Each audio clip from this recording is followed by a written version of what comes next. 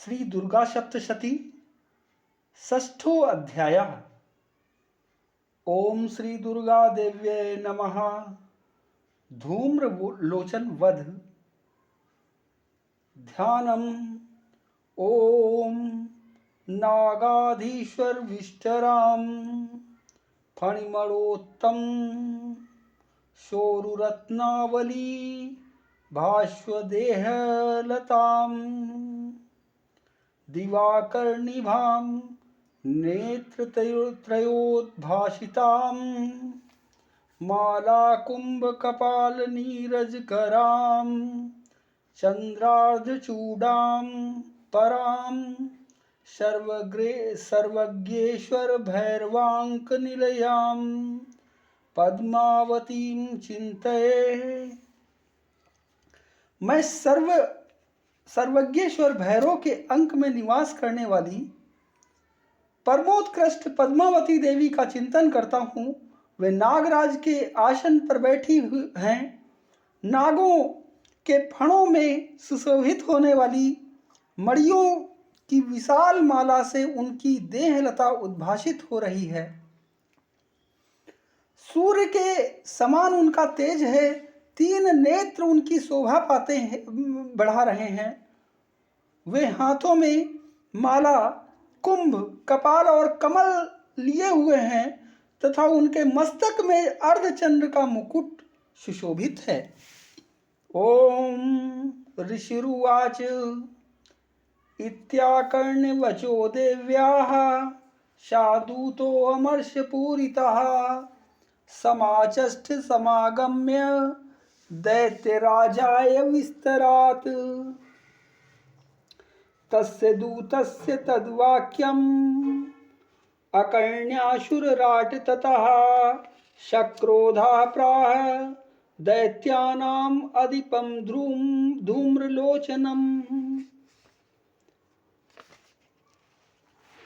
हे धूम्रलोचनाशु त्वं स्वसैन्य परिवारिता तामानाय बलाद दुष्टां केशाकर्षण विह्वलां तत्परित्राणदा कश्चिद्यदि वेतिष्ठते अपरः साहन्तव्यो अमरो वापि यच्छो गंधर्व एव वा। ऋषि कहते हैं, देवी का यह कथन सुनकर दूत को बड़ा अमर्ष हुआ और उसने दैत्यराज के पास जाकर समाचार विस्तार पूर्वक कह सुनाया। दूत के उस वचन को सुनकर दैत्यराज कुपित हो उठा और दैत्य सेनापति धूम्रलोचन से बोला, धूम्रलोचन, तुम शीघ्र अपनी सेना साथ लेकर जाओ और उस दुष्टा के केस पकड़कर घसीटते हुए उसे बलपूर्वक यहाँ ले आओ। उसकी रक्षा करने के लिए यदि कोई दूसरा खड़ा हो तो वह देवता, यक्ष अथवा गंधर्व ही क्यों न हो, उसे अवश्य मार डालना। ऋषिरुवाच तेनाज्ञप्तस्ततः शीघ्रं स दैत्यो धूम्रलोचनः वृत्ता षष्ठ्या शस्त्राणां शूराणां द्रुतं ययो सा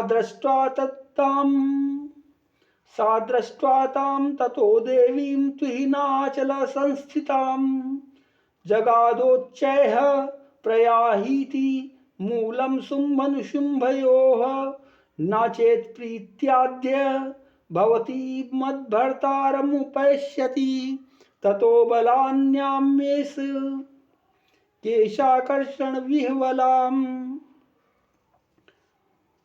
ऋषि कहते हैं, शुंभ के इस प्रकार आज्ञा देने पर वह धूम्रलोचन दैत्य 60,000 असुरों की सेना लेकर वहां से तुरंत चल दिया।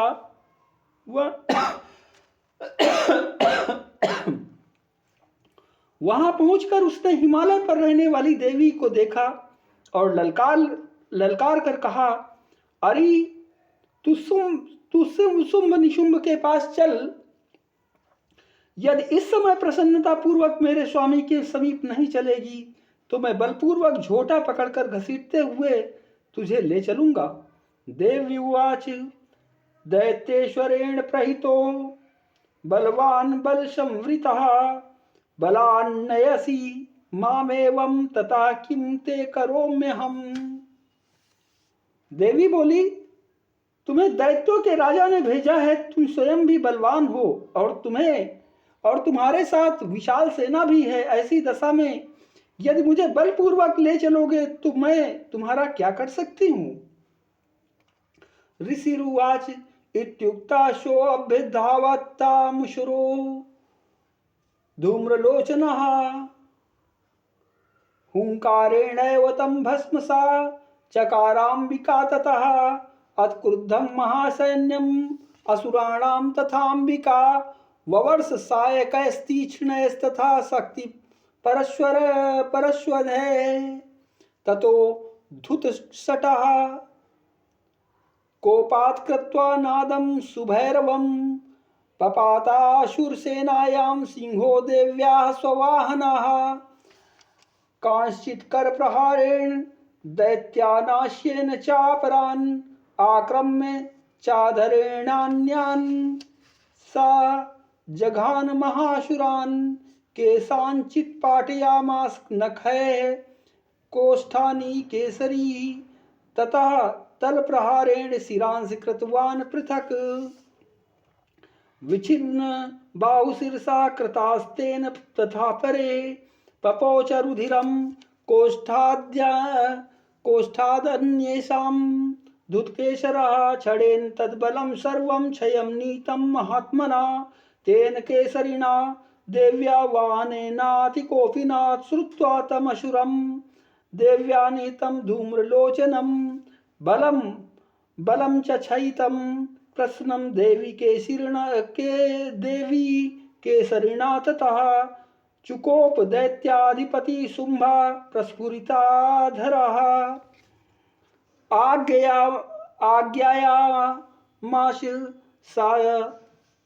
आज्ञायामास तो चंडमुंडो महाशुरो हे चंड हे मुंड बलैर्बहुभिः परिवारितो तत्र गच्छत गत्वा च सा समानीयतां लघु केशेष्वा कृष्य बद्ध्वा वा यदि वह संयतो युधि तदा शेषायुधे सर्वैर्सुरैर्विनिहन्यताम्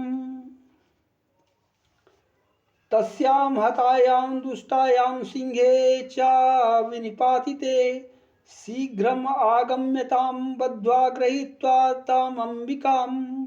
ओम इति श्री मार्कंडे पुराणे शावर्णिके वन्वन्तरे देवी महात्म्ये शुंभ निशुंभ सेनानी धूम्रलोचन वधो नाम षष्ठो अध्यायः। ऋषि कहते हैं, देवी के यो कहने पर असुर धूम्रलोचन उनकी ओर दौड़ा तथा अंबिका ने हुम शब्द के उच्चारण मात्र से उसे भस्म कर दिया।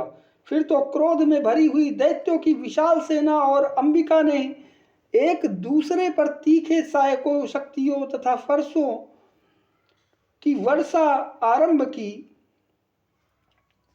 इतने ही में देवी का वाहन सिंह क्रोध में भरकर भयंकर गर्जना करके गर्दन के बालों को हिलाता हुआ असुरों की सेना में कूद पड़ा। उसने कुछ दैत्यों को पंजों से मार के कितनों को अपने जबड़ों से और कितने ही महादैत्यों को पटक कर ओठ की दाढ़ों से घायल करके मार डाला। उस सिंह ने अपने नखों से कितनों के पेट फाड़ डाले और थप्पड़ मारकर कितने ही सिर धड़ से अलग कर दिए।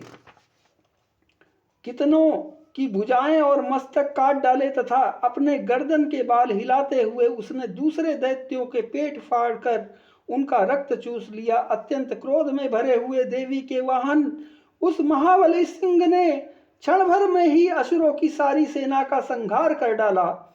शुंभ ने जब सुना कि देवी ने धूम्रलोचन असुर को मार डाला तथा उसके